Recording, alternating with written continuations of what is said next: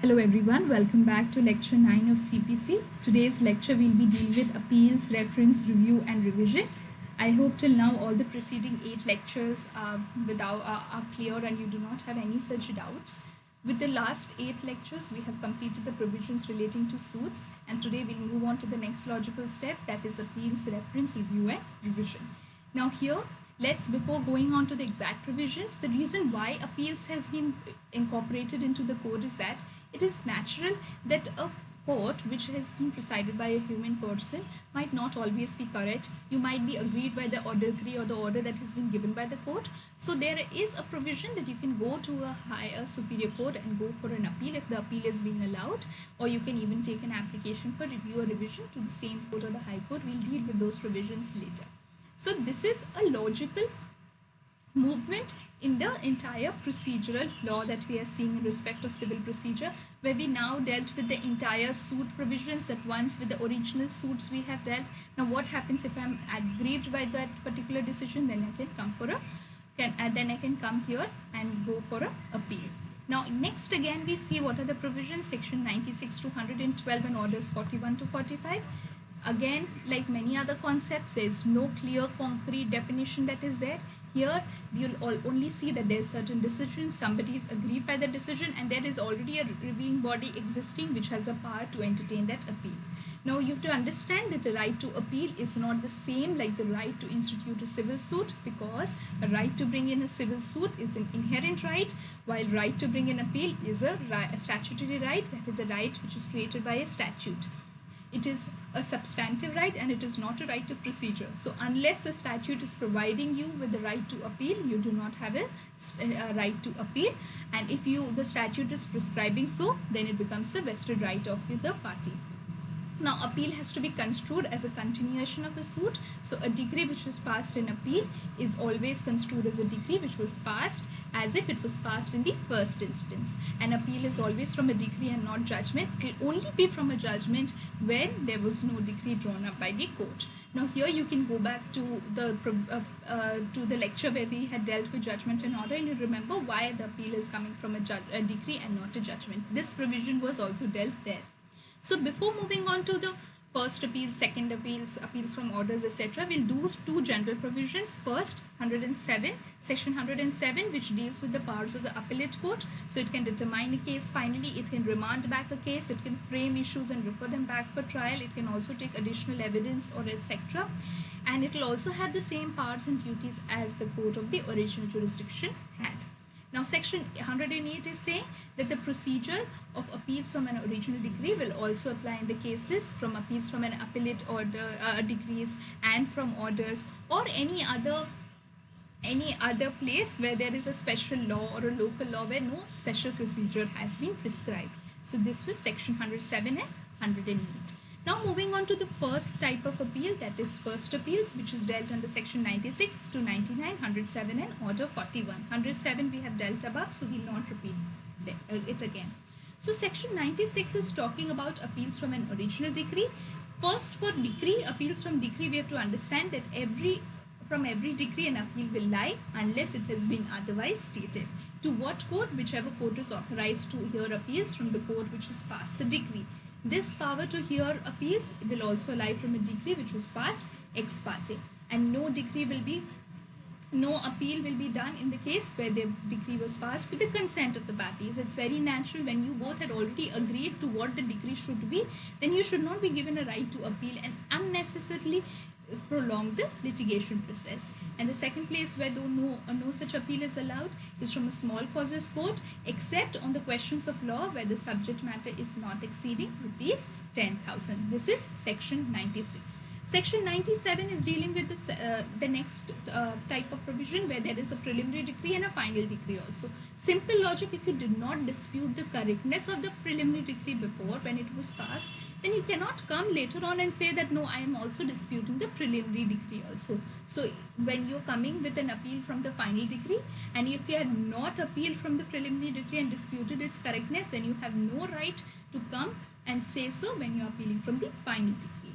Now section 98, here we are seeing that when a decision or an appeal is being taken by one or more judges, then obviously it will be according, if it is one judge, then it will be according to his opinion. If it is more than one judge, then according to the majority. Now there may be situations if there are even number of judges or two number of judges they are hearing and they are not able to establish a consensus on a particular point, then they'll state that point of law on which they are differing. They'll refer it to one or more judges. Then together, between the judges who had a problem before and the judges who had heard it later on, together whatever consensus being formed will form the majority for that particular issue, and that accordingly it will be decided.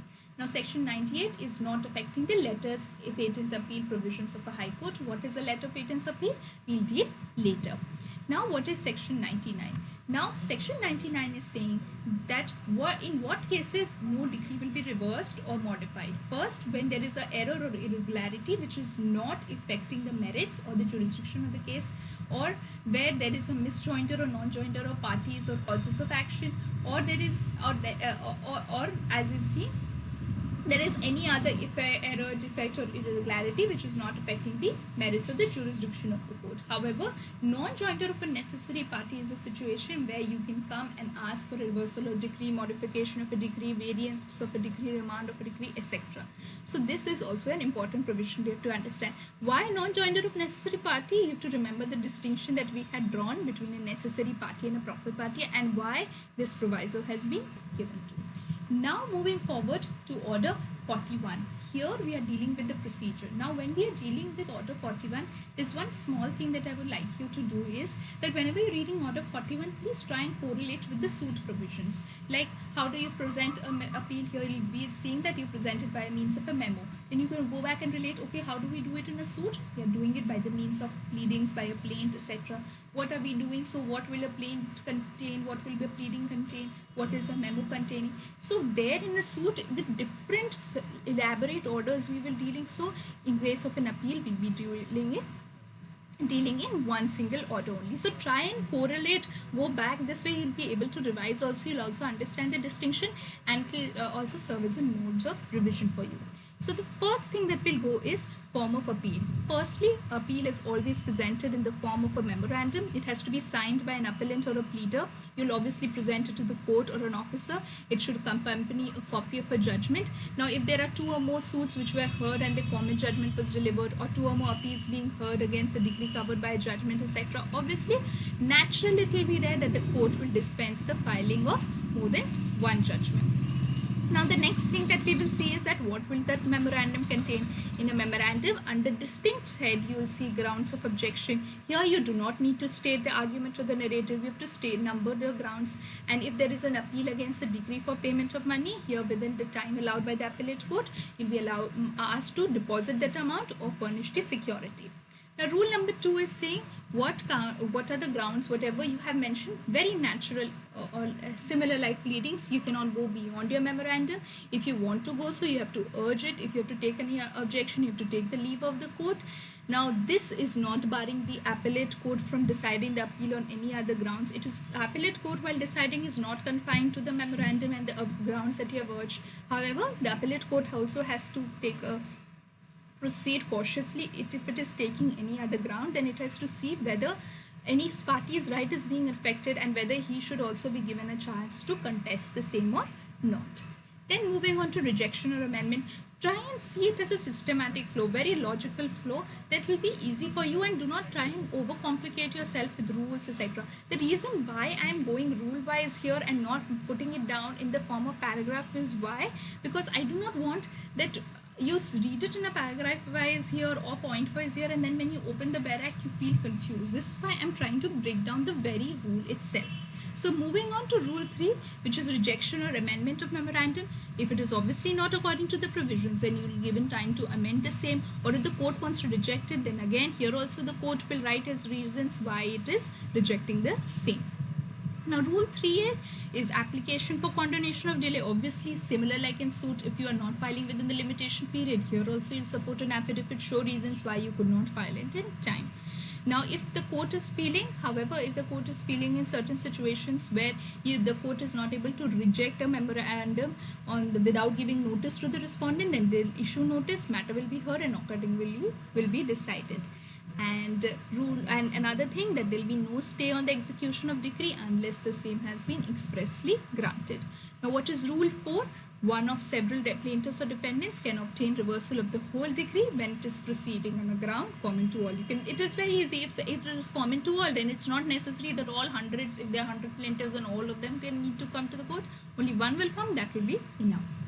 Now the next subheading under order 41 is stay of proceedings and execution. So rule 5, stay of appellate court. First thing, just because you preferred an appeal does not mean there will be an automatic stay. If the stay is being granted by an appellate court, it will be on a sufficient reason. And if the stay is being granted, it will be from the date of communication of order to the court. Whichever court has been communicated to, from the day it has been communicated to, from that day such stay will be effective. Now this stay is not necessary that will only be given by the appellate court. It can also be given by the court which should pass the decree itself. If it is being shown sufficient cause, etc., then it can order the stay. Now what is the situation when the court will order a stay? It will only order a stay unless it feels, it will not order any stay unless it feels that there is a substantial loss that will be incurred to the party if there is no stay order and the application should be made without reasonable delay. And if there is a need for security, etc., it has to be furnished. Now in such certain situations, urgent situations, ex parte stay can also, order for stay can also be made. However, here the security has to be deposited or furnished. First you do that, only then the court will grant you the stay. Then rule 6 is dealing with security in case of an order for execution of decree appeal from. Now here the court which had passed the decree will get a sufficient cause, etc. It will say that come and give me for security, or you give me the payment of such value of the property, and then you will say this they'll take as a safeguard. So that whatever the appellate court may order, I have the amount in my custody and I can order its execution properly without any hindrances. This taking of security can also be done by an appellate court. Now if the decree was for a sale of an immovable property and appeal is pending and a stay has been issued, then here you have to either give security or anything that the court has asked. Now rule number 8 is saying that what are the powers in appeal from order made in execution of decree. Here also rules 5 and 6 will apply. When it has been appealed, there is been an appeal from an order of an execution. Now next thing is we are moving to procedure on admission of an appeal. What happens when the appeal has been admitted? Rule 9 is saying the moment it has been admitted, registry of memorandum of appeals is there. They will put in memo, date of presentation, registered in the register of appeals. So here we are seeing under rule 10 is that the appellate court may also require the appellant to furnish security for costs. So it will already take security in the terms that they may be needed for awarding costs, etc. Here it's the court's discretion that it can be demanded so in the respect of the appeal or for the original suit or in respect of the board, and will do so before the respondent is appearing and answering. Later on it can also do it on the application of the respondent. If the court has asked and you have not furnished such a security, then the appeal may be rejected. And there are certain situations where such a demand will be made, where we see that the person is residing outside India, there is no sufficient immovable property in India other than the property which the appeal is relating to. Now rule number 11 is talking about where a court can dismiss an appeal without even sending a notice to a lower court. Now after they have fixed a date of hearing, you are hearing and may dismiss an appeal. And other than a high court, any other appellate court, if they are delivering a judgment here, they will first draw up a decree and also give in brief the reasons why they are doing so. It can also order for dismissal if the date was given, if a date was fixed for hearing or it was adjourned for hearing and the appellant does not appear, then obviously it can order for dismissal. Now if there is a dismissal of appeal under rule 11, if there is any such appeal that is being dismissed, then it will be notified to the court wherever the appeal was preferred from wherever the decree, whoever had passed the decree, that court has to be notified that dismissal under order 11 has been done. Now rule 11A is telling that obviously here they are trying to put in a time limit that you have to endeavor to complete it within 16 days from the date from which the memo has been filed. Rule number 12, day of hearing of appeal. Now unless there has been a dismissal under rule 11, another day will be fixed for hearing. Now rule number 14 is saying publication of service of notice of day for hearing appeal. Now in 11 we saw without giving notice you have dismissed it, and later on after dismissal you are informing the court. Here, whatever you have taken it on, you are ready to hear it, you have fixed a date. Then first a notice of the day fixed will be fixed in the appellate courthouse. You'll also send it to the lower court. You'll send it to the respondent and the pleader so that the person can appear and answer, and you have to serve all such summons and service provisions, etc. All those things will be applicable for sending of such a notice. Now, instead of sending a notice to a lower court that go service a summon to that respondent or the pleader, etc., it can cause notice to be served on the respondent or the pleader by itself. Now, whatever these notice will go, it will be accompanied by a copy of the appeal. You can see sub rule 4 and 5 of the same.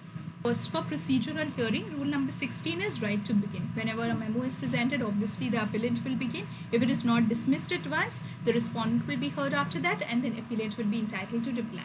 Now, rule number 17 is saying when there will be dismissal of appeal for the appellant's default. He is not appearing on the date fixed or the adjourned date. Obviously, the court may order dismissal. However, this dismissal is not on merits. When the appellant is appearing and the respondent is not appearing, then you can proceed ex parte. Now, rule number 19 is saying where there will be a readmission of appeal dismissed for default. Now, if under Rule 11 Clause 2 or under 17 there has been a dismissal, it will be applied to the appellate court for readmission. If it was proved that there were sufficient reasons why he could not appear, etc., here the court can order cause, etc., and readmit the appeal. Now, rule number 20 says that power to adjourn hearing and direct persons appearing interested to be made respondents. Now, any party to the suit from which the decree has been preferred, now he was not made a party in the appeal and he was interested in the appeal's result, then the hearing may be adjourned on a future date. Such person will be directed to be made a respondent. That person can be heard, and no such addition, however, will be made after the period of limitation has passed unless the court is recording reasons for the same, and costs may also be awarded for the same, and then only such addition can be made. Rule number 21, it is the court's discretion for cause. You remember, it's a court's discretion. If it feels so that, okay, there was sufficient cause why he did not appear, then it may do so, add that person even after the expiry of the limitation period without even awarding cost. Now, rule number 21 is saying rehearing of an application of respondent against whom an ex parte decree has been passed.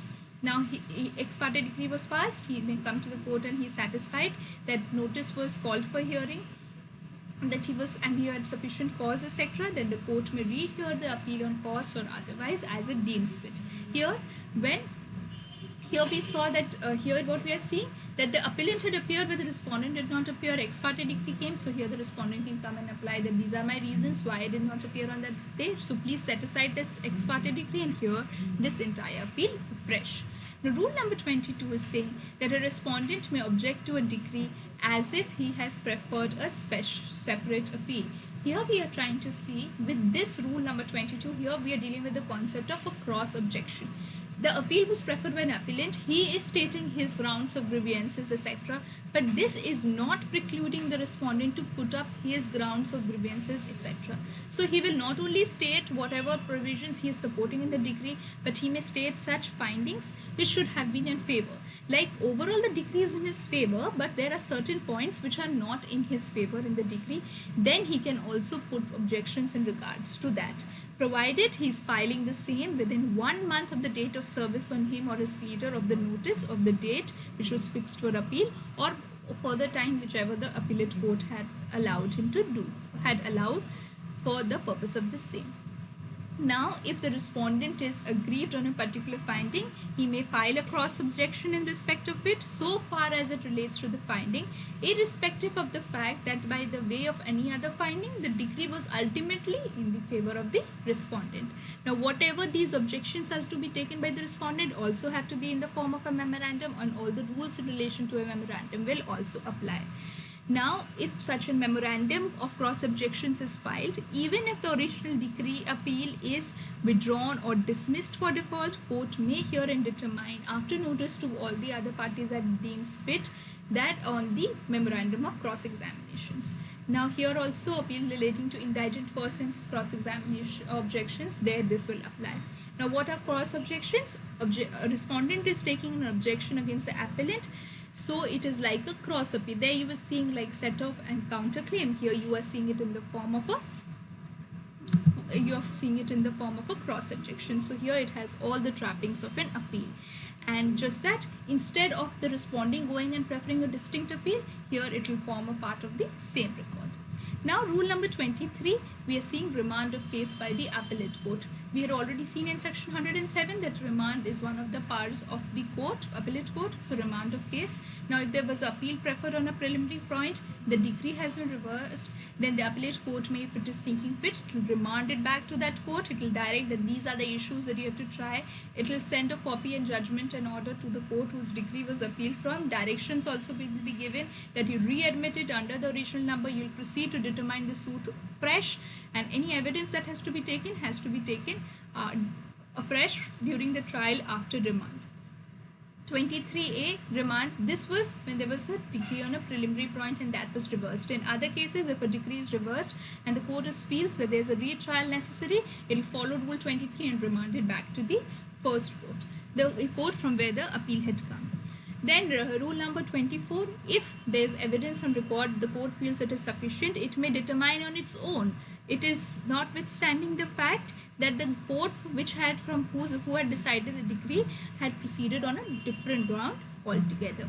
Now rule number 25, appellate court may frame issues and then refer it back to the trial to the court, and if the lower court had omitted to frame and try those issues or determine any question of fact which the appellate court feels is essential for the same, here additional evidence can also be directed to be taken. Now the lower court will do all of these things, then take all this evidence and all its findings, all its reasons, and send it to the appellate court. Rule number 26 is saying that all these findings and evidence have to be put in record. The objections as in relation to the findings, that all has to be taken. Whatever objections are there that have been taken from the memorandum of objections can also be taken within a time fixed of court. If the time expires for doing so, appellate court will determine the appeal. Now rule 26A is saying that the order of a remand will also contain the date of a hearing. If a remand was done under rule 23, 23A or 25, it will fix a date for appearing in the court where the remand has taken place, where the remand has been done, there you have to go and appear on such and such date. Now rule number 27 is talking about production of additional evidence in an appellate court. Generally, you can understand that there is no need of taking, or there is not allowed to take additional evidence, whether oral or documentary. However, if it feels that lower court has refused to admit evidence which it should have admitted, or the party who wanted to get such evidence admitted, he says that even after his due diligence, he could not have produced the same within the time, or he did not have the knowledge of the same, then the court may itself require production of the document or examination of witness for the purpose of pronouncing judgment or any other substantial cause. And whenever it is taking additional evidence or allowing additional evidence to be taken, it is also to record reasons for the same. Rule number 28 is talking about the mode of taking evidence. Now it will either direct, the appellate court will direct that court from where the decree has come, or any other subordinate court, that you take the evidence and send it back to us. And rule 29, points will be defined and recorded that these are the particular points on which we are taking the evidence. So in the upper part, you see how what a court is doing with an appeal. It is either remanding it back, it is sending it for retrial, or framing certain issues, etc., and sending it, or taking additional evidence. Here 107 you can read with the above rules. Now we are going to judgment and appeal. Rule number 30 is stating that judgment when the judgment is being pronounced after hearing of the pleaders and the parties and referring to the proceedings, etc., it will be pronounced in open court, either all at once or a future date with a notice to the parties or pleaders may be given. If it is a written judgment, the court need not read the entire thing. They'll only read the points of determination, what is the decision and the final order. But the copy of the entire judgment will be made available to the parties immediately after the same is pronounced. Rule number 31 is talking about what are the contents, sign, date, etc. in it. It should be in writing. It will state the points of determination, the decision, what are the reasons behind the same, if the decree is being reversed or varied, what is the relief the person is being entitled to, and it will be signed and dated by the judge. Rule 32 states that the decree, what will the decree be directing? It can either direct that it is confirming the decree, the appellate the appeal, in the judgment in the appeal will say that either it is confirming the decree or it is reversing it or varying it or anything in accordance to the agreements of the party. The parties have entered into an agreement, and according to that, this appellate decree is being judgment is being drawn to. Rule number 31 is powers of the court in appeal. Any decree and order which ought to have been made, passed, or if there is a further order decree to be required, even if appeal was only for a part of the decree, and it can be in favor of all or against all or any, even if they had not filed any appeal or objections, and in case of etc., then the court will exercise in power in respect of all or any such persons, even though no appeal was passed against such decree. Simply, even if you had on a part you had appealed, and the court, however, in the course of proceeding is feeling that no, it should be in respect of these other matters, etc., all of that, then also it can do in respect of those things also, even though there was no appeal from the same. You can go and see the proviso for the same. Rule number 34 is talking about dissent to be recorded if there are more than one judges. If there is a judge who is dissenting on anything, he'll record his dissent, and he'll give what decision he thinks should have been given in the case, and will also assign reasons. Then decree in appeal, we are seeing rule number 35. Decree will also bear the date on which the judgment was pronounced. It will contain the name and number of the appeal, the name and description of the parties, what is the relief or adjudication being granted. It will be signed and dated by the judges. If there is a judge who is dissented, he does not need to sign the decree. And if there are, like when there are more than one judge and there is a difference in opinion between them. And then we see rule number 36, that the copies of judgment and decree will be furnished to the parties on application, and the expense certified copies will be given to them. And 37 is talking where you are sending it back to the court from whose decree this appeal was preferred from. So 41 in general, you are seeing order 41. We are going what is contained in a memo. We are going back to what is being contained in a memo. What are the contents of a memo? We are contents of a memo. Then we saw what are the grounds which should be taken in appeal. We saw the rejection amendment. We saw the limitation period, condonation of delay, etc. We saw how stay of proceedings will be done, how execution will be made, whether security will be taken or not. Then we saw how will be admitted, an appeal will be admitted, whether security furnished, the court can ask the security. Then rule number 11, where there is a power to dismiss the appeal without even sending a notice to a lower court. Then what is the time limit in which the appeal should be heard? What is the date of hearing? There will be fixed. The publication and service of notice, appellate house, the court, lower court, the respondents and the pleaders, etc., accompanied by the copy of appeal. Who has a right to begin? What will happen if somebody is defaulting in appearing? How will it be there? Is there a provision for readmission or not? Can other persons who are interested can be made parties, etc.? If ex parte decree has been passed, can it be set aside? Now, if the provision of a cross objections, rule 22, similar in the manner of set of a counterclaim, though it can have been a separate appeal also, but here we are trying to incorporate them together. Then we are moving on to the fact of 23, where we are seeing the different, where we are seeing a remand, where we are seeing that court may determine it on its own entirely, or it may frame issues and refer it back to trial, or it may take additional evidence, etc. Then we are seeing what is the judgment, how is the judgment being recorded, what is being written in the judgment, what are the contents, how it will be signed, etc. Then we see the decree, what is being written in the decree, how we are dealing with the dissent. We are seeing whether dissent has to be signed, dissenting judge does not need to sign the decree. Copies of a judgment and the decree to be furnished to the parties and also to the court from which the decree was preferred. Now, one important other aspect, I'm not dealing in detail with this, that is a letters patent appeal, one single line. If there's an appeal being heard by a single judge, then you can go from appeal from that single judge's order to a division bench, that is two judges bench of the same high court. Here also order 41 will apply. Other provisions relating to letters patent appeal, these are parts of an individual high court. An individual high court decides whether it will entrust itself, whether if a court has a letters patents jurisdiction, if a high court has a power of a letter patents, that is there an appeal lies from a single bench to a division bench. This was in short about Order 41 and it's there. Now when we move on to the next topic, that is second appeals, we'll see one important factor will be that Order 41 will again find application in second appeals also. Now moving on to second appeals. Previously we have all seen Order 41 and now we'll move on to second appeals, which is section 100 to 103, 107 and 8 in Order 42. Now 107 and 108 we had already done as general provisions before we even started first appeals. And here we'll see that second appeals, the scope is very much restricted than first appeals. There's only one ground on which you can prefer a second appeal. So what are we seeing here? That here the appeal is going where you have preferred an appeal, you got an appeal, but you're not satisfied again, and then you are going from appeal from an appeal. Here the ground on which you can go for a second appeal is substantial question of law. What is a substantial question of law? There are two conditions or provisions, that either should be a general public importance question or it should be directly or substantially affecting the rights of the parties. Just because I am toiling that it can be of general public importance, it does not mean that it is a relevant thing. If it is directly and substantially affecting the rights of the parties, that's enough for it to become a substantial question of law. Now, what are certain examples? There will be a there's no exhaustive list that has been given in the code, or such definitions of substantial question of law has also not been given.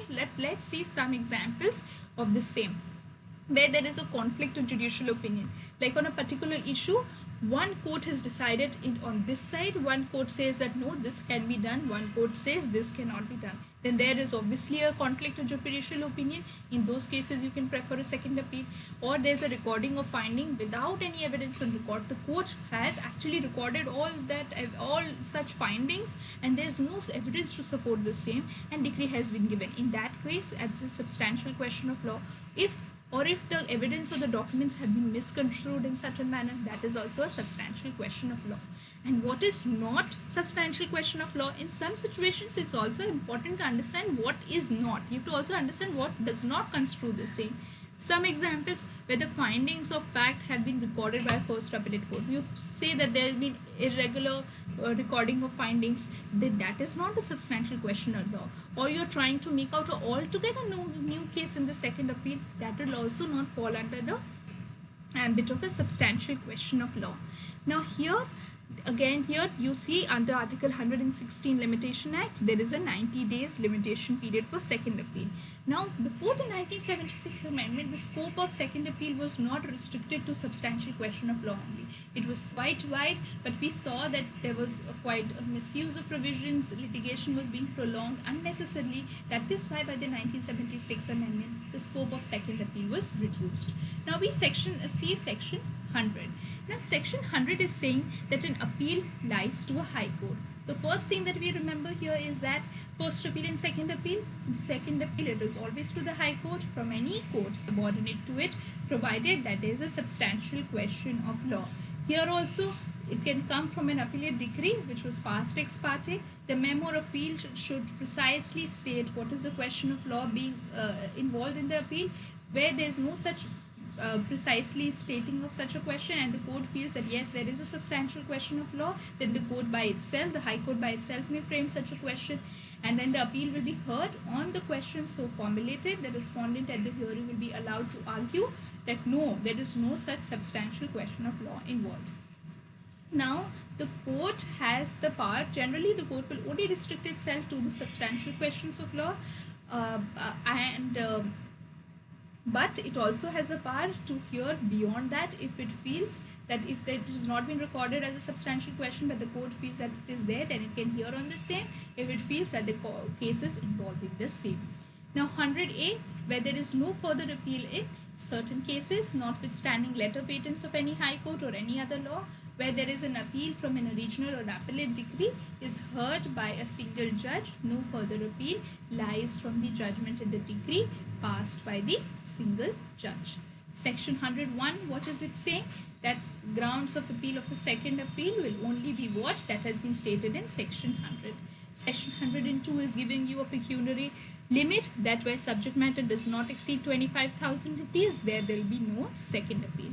And section 103 is giving power of high court to determine issue of fact. Now we understood in his second appeal, here the court is restricting itself to what? It is restricting itself to the question of substantial question of law. However, in certain situations where there is evidence on record is sufficient, it may determine any issue which is necessary for disposal of the appeal, which was not determined by the lower appellate court or by the court of the first instance or by both the courts, or has been wrongly decided, just because by such reason that this decision on the question of law was taken, by which that recording which was done, by which that determination of issue is also getting affected. In that case, the high court will also determine the issue of the fact. The next thing we see is the procedure under Order 42 with appeals from appellate decree. As we see, Rule 1, Order 41 will also apply here. Rule 2, power of the court to direct that appeal be heard on a question formulated by it. Whenever there is an order under Rule 11 of 41, court will formulate the substantial question of law as required under section 100, and court will direct that it will be heard on such a ground only, and there will be no other ground that you can urge without taking the leave of the court. This was all about second appeals. I hope this is clear. The most important thing that you have to remember here is which court is hearing a second appeal, what is the substantial question of law. Sometimes 103 is telling that sometimes where they are hearing the issues of fact also, what is the pecuniary limit, etc., then 100A for the bar on further appeals. And 42 is appellate decree. Here also you will take the procedure that was given in Order 41. Next we move on to appeals from orders. What are the relevant provisions here? Here the relevant provisions are 104, 106 and Order 43. Now one distinction that you have to understand, appeals from decree, every decree is appealable unless otherwise stated. For orders, every order is non-appealable unless otherwise stated. This you have to understand the distinction between the appeals from orders and decree.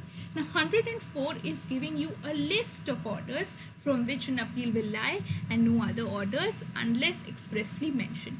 Like order under Rule 35A, there also ground is that no order should have been made, or lesser cost should have been given, or there was an order under section 91 or 92 where there was a refusal of leave to institute such a suit, order under section 95, or order under the code which imposed fine or directed arrest or detention in civil prison, etc., or any order where appeal was expressly allowed by the rules, and no appeal will lie.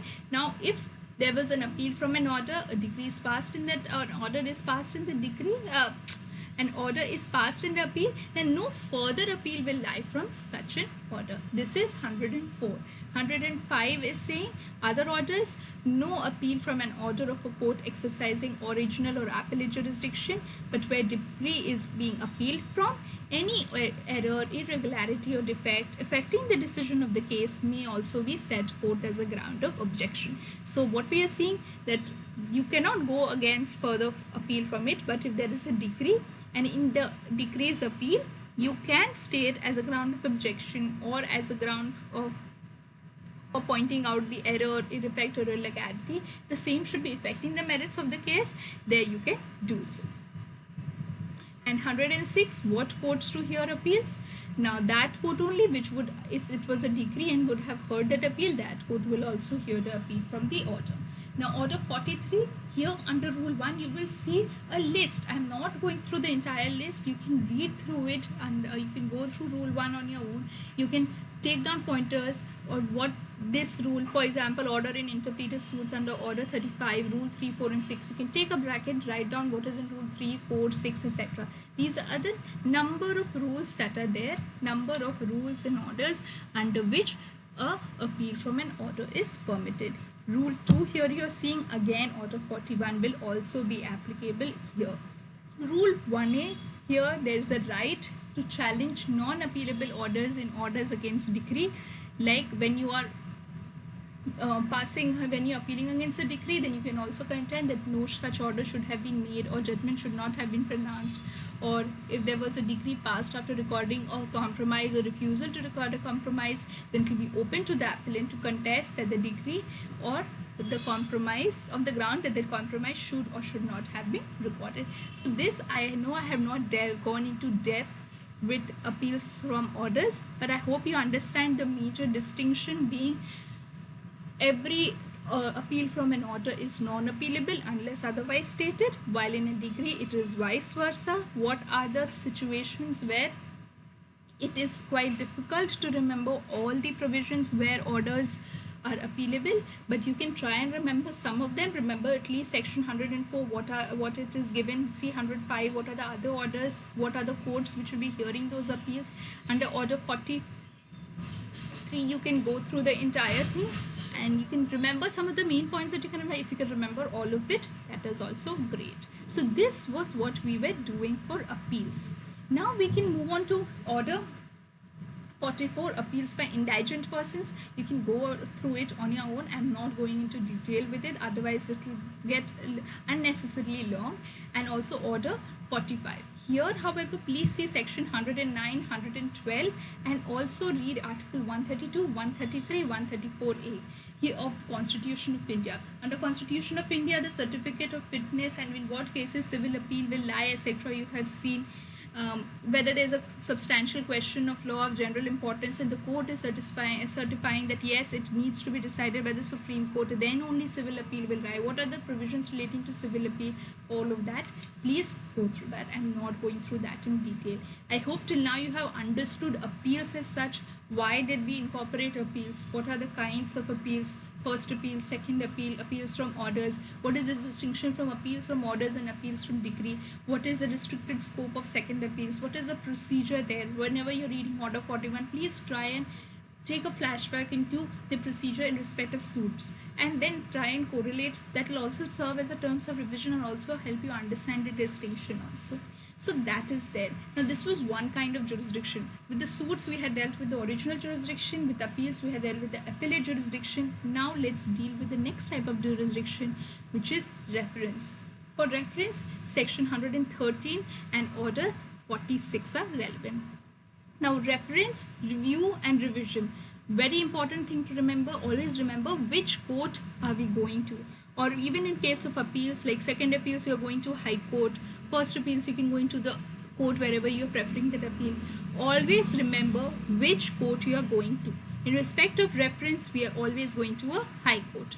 Here, the party is not going. The court below is what they are doing. They are stating a case. They are referring to the High Court, and High Court will make an order on it as it deems fit. Where the court is feeling that there is a question as to the validity of any act, ordinance, regulation or any of its provision, and the same needs to be determined, and the court which is sending this reference has its opinion that the same is invalid or inoperative, but the same has not been declared either by the High Court of that state or by the Supreme Court, High Court of the scope of which the court is subordinate to, or by the Supreme Court. Then the court will set out a case, write its opinion. Why does it have such an opinion that such the same is invalid or inoperative, and refer to the High Court. The High Court will then sit on it and decide. Now order 46 is saying that where before on or on hearing of a suit or an appeal, where the decree is not subject to appeal, in execution of a such decree, any question of law, uses, etc., whichever it has and entertains a reasonable doubt, the court may either on its own motion or by the application of parties is drawing of facts of the case and pointing what the point on which it is entertaining a doubt, refer such statement with its opinion to the High Court. Now rule 2 is saying that such court, now because it has referred to the High Court, what will it do? Should it go on and decide the particular suit that it has or the appeal that it has? Then what will it do? It will either stay or proceed, and whatever, if it is proceeding and passing a decree or an order, it will be contingent on the High Court's decision in the reference. However, no execution will be ordered till the High Court has decided the reference. Now what is happening in rule number 3? In rule number 3, we are seeing that the moment it has been disposed of, the case has been disposed of, the judgment of the High Court has to be transmitted. High Court will hear the parties if they appear and they want to contest the either sides, and then they'll transmit a copy of the judgment and the sign to the registrar to the court which had made the reference, and court will then dispose of the case in accordance with the same. Rule 4 is relating with the cost of reference to the High Court, and 4A, if reference is being made under section 113, what are the rules to be applied? Rule 5 is talking about power to alter, etc. Decree of the court which is making the reference. When it was referred under Rule 1 or section 103, High Court may return the case for amending or altering or cancelling or setting aside any decree or order which the court had made, whichever the court which had made the reference had passed or made in the case out of which the reference had arose. And rule number 6, here you are seeing that there is a power to refer to the High Court questions as to jurisdiction of small causes before judgment. It will submit to a High Court the statement of reasons why there is a dispute, why according to the nature whether the small causes can entertain it or not. On receiving the record, it will proceed with the suit or it will return the plaint for presentation to a proper suit. You can also see rule number 7. So here you have to also understand that there's a difference between the reference under section 113 and under article 228, that is constitution, where there is a transfer of certain cases to the High Court. Here under CPC, only as on the question of validity of an act, ordinance, etc. is being done under article 228, whereas the question is in relation to interpretation of the constitution. So taking a quick recap over here, for in case of reference, first here the court is sending the reference, not the parties. Parties can apply or the court on its own motion can do so, and here the High Court hears the reference. The question is relating to a validity of an act, ordinance, regulation or any provision, etc. And it feels that it is inoperative or invalid. It will set out a case, put down its opinions and reasons. Rule number 1, in a hearing of a suit or an appeal before or on hearing which is not subject to a appeal or in execution, any question of law or usage having a force of law where there is a reasonable doubt, then it will draw a statement of fact on the point and do the same. Here, if the court which has sent it for reference may either stay further proceedings or it will proceed forward, making it contingent on the High Court's decision. The moment the High Court decides it is sent back to it, then the court will dispose of in accordance to the reference, then the costs, etc. you can see. Now if the reference is decided, the High Court may also say that if you had already made certain order or decree before, you can amend it or you can alter it or you ask it for cancelling. And rule 6 you can see where questions relating to small causes. Now you can also see the difference between reference under section 113 and article 228 of the constitution. The grounds are different. CPC, question of validity of an act, ordinance, etc., while there under the constitution it will be relating to the interpretation of the constitution. This was relating to reference. Now we move on to review. Now here what we are seeing, that once you are saying that a judgment or order has been pronounced, you know by the means of res judicata it becomes final. It will not be altered. Moment it is signed, judgment will not be altered. However, when there is a glaring provision, there is a small scope that has been provided, a review provision has been provided. This has been borrowed from the equity courts. Here review is not to be confused with an appellate parts of the court. It is not as large as the original jurisdiction. So if a court was hearing it in its original jurisdiction and its review jurisdiction, there's a difference between the same. Both the review jurisdiction is not as large as that of the review original jurisdiction. Section 114 and order 47 are relevant here. So section 114 says that review will be presented by any person considering himself aggrieved by what? By an order or a decree where appeal is allowed but you have not preferred, or appeal is not allowed, or there is a decision on reference from the courts of small causes.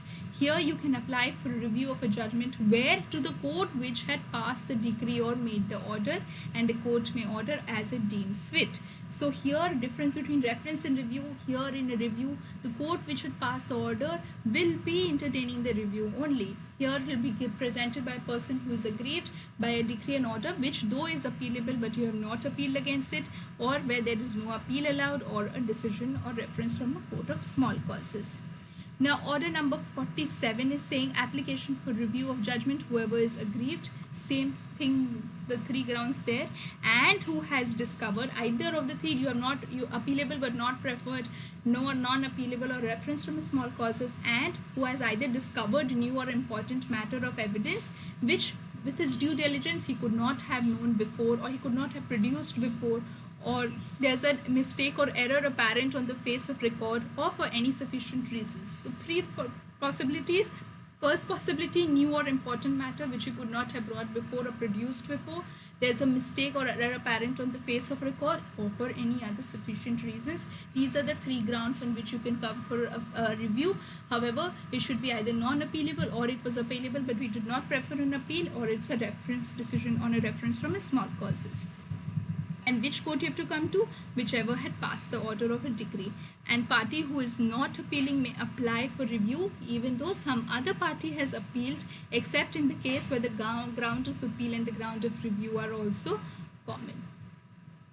Now, a decision on a question of law which is based on a reversal or a modification. Now, if there's a decision on a question of law where the judgment is based that it has now been reversed or modified by a superior court, like for example on this particular date, if a particular provision is valid today and a court has granted decision or granted a decree on the basis of the same, however 1 week later the Supreme Court has stuck it as unconstitutional, that provision is unconstitutional, then this doesn't mean that now you can come back, run before the court that has previously granted the decree on the grounds that this was a constitutional provision, and say that now that the superior court has struck it unconstitutional, now please change your decision. That is not a ground for review. Now, what is a form of application of review under Rule 3? It will be same as appeals. Rule number 4, where it will be rejected, where there appears that there is no sufficient ground for review, then you'll reject. If it is granted, then you'll notice the opposite party, you'll enable him to appear and hear in support of the decree is being reviewed. No grant on grounds of new matter or evidence which he is alleging. Now, if I'm alleging that that I could not produce a particular document, I could not produce a evidence because there was not within my knowledge, I couldn't produce it in time, etc. However, I have not given strict proof of such allegation, then I have not given such proof of such allegation, then the review can be rejected. Number 5, where there's application for review in a court consisting of 2 or more judges. Simple rule is with the review is that whoever had heard it before will also hear the review.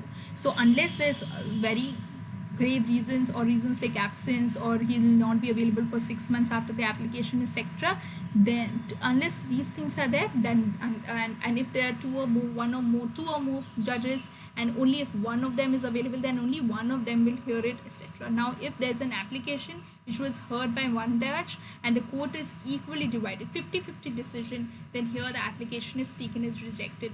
Here you can contrast it with an appeal. If there was a problem, if there was a difference, there was a failure to get consensus on a particular point, there was a reference being made, but however here that is not being done. Otherwise, if there is no such problem that the court is not split in half either for or against, then go by the majority. Now, order of rejection is not appealable, but an order which is not granting an application may be objected to at once by an appeal from an order granting an application, etc. Now, if an application is rejected on the failure of an applicant to appear, then you can apply for restoration. You'll show sufficient cause, then the same will be reviewed, application will be restored on costs, etc., and then a date will be fixed for hearing, and obviously notice to the other party will be given. Now, Rule 8, if application for review is granted, note will be made in the register and the court will rehear the case or any other thing that it thinks regard. Now, Rule 9, no application to review an order or decree made on a review shall be entertained. So now something has been reviewed. Now again you want it to be reviewed, that will not be allowed. So taking a quick recap for review, we saw 114 and order 47. The court is the same court which had heard the original one. Do not confuse with the appellate powers of the court. Here we are not going into appeal. Here the same powers of an original jurisdiction is not there.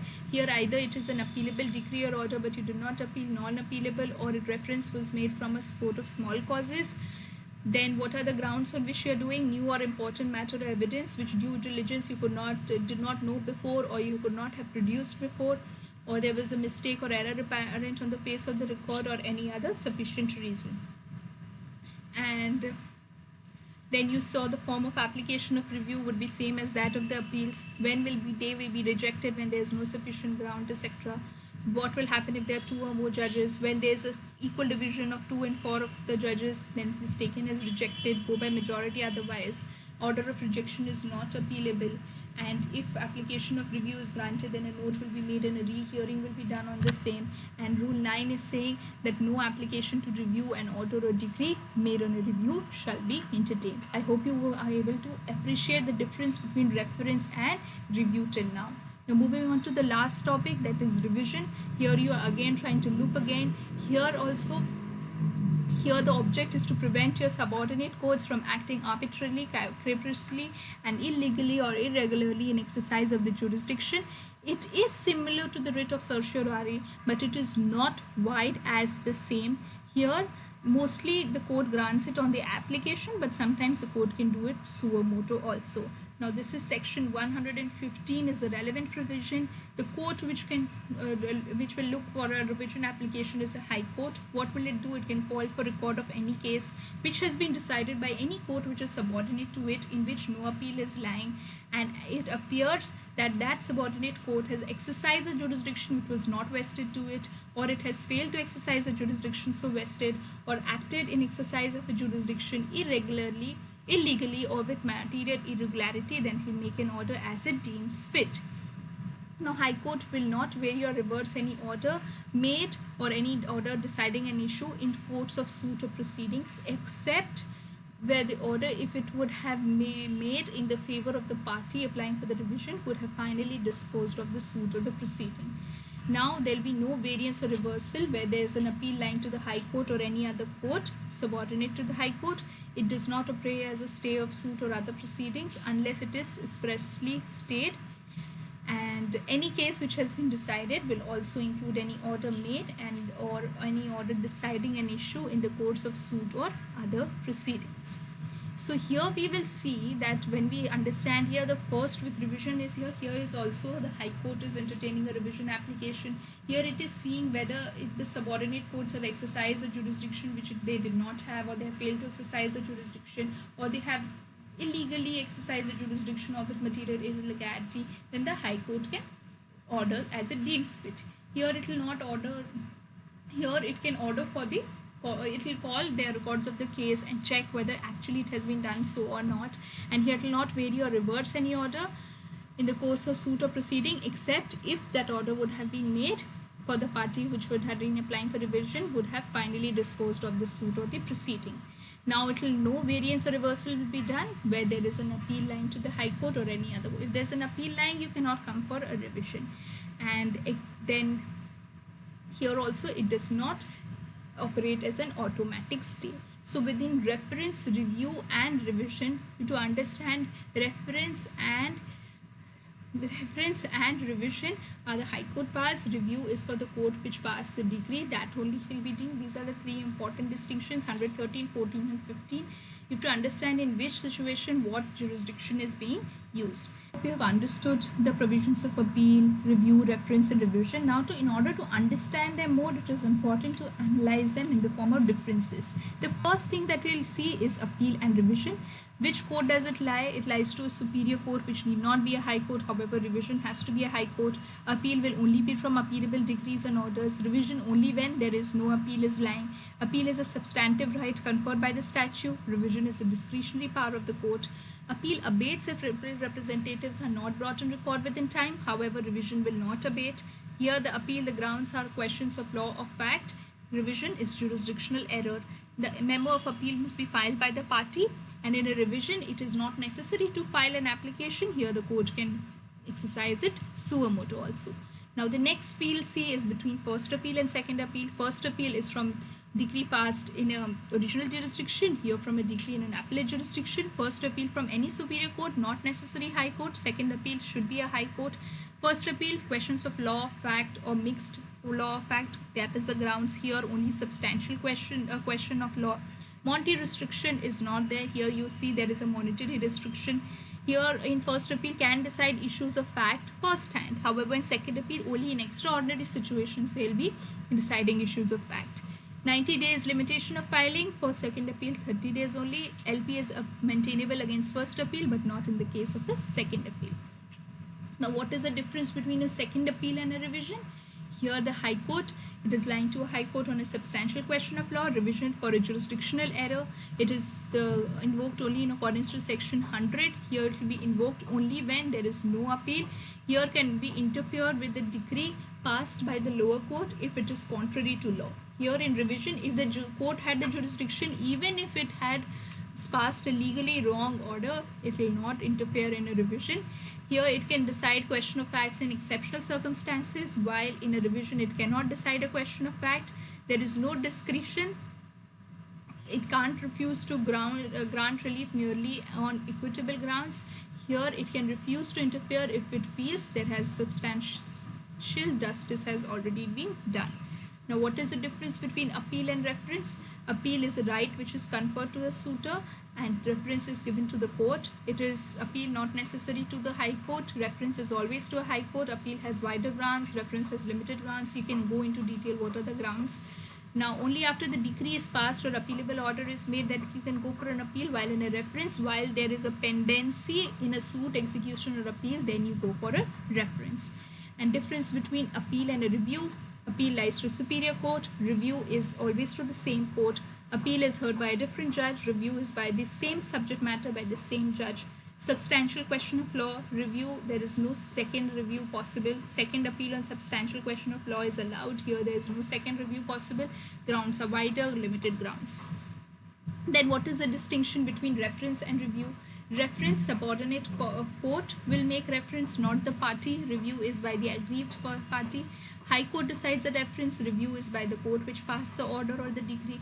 Here there is pending suit. It should be pending. Suit, appeal or execution should be pending, while in a review it should be passed or made. Grounds you can see between this. Now, what is the difference between reference and a revision? Reference is referred to a High Court by a subordinate court. Revision is jurisdiction which is imposed by an application of a party of suo motu. Here there is a reasonable doubts on the question of law, and here revision is dealing with jurisdictional error. Now moving on to review and revision. Review is done by the court which has passed the decree or made the order. Revision is only by the High Court. Review will lie even if there is an appeal there. Revision, when there is no appeal lying, and then a review only on application by the party. Revision can also be done suo motu or by application. Order granting review is appealable. Order passed in a revisional jurisdiction is not appealable. Then you can see the distinctions. Now this completes the major chunk of appeals, reference, review and revision. I hope with the help of these distinctions and the materials that we have covered above, you have been able to appreciate what are these different jurisdictions that we are dealing with. Why are we dealing with it? Why have we studied it later after dealing with all the provisions relating to a suit? I hope all is clear and there's no doubts. If there are any doubts, you can put it around in the comments and or ask me personally. I would love to clarify your doubts. Also, again, if there's any topic from the previous lectures that you want me to redo, please let me know. We can do a revision of the same. And I hope there are no errors today and you have liked the lecture. Thank you, and that is it for today. With the next class, we would move on to execution and maybe a quick rewind of these topics. And hoping to see you in the next lecture. Thank you and bye.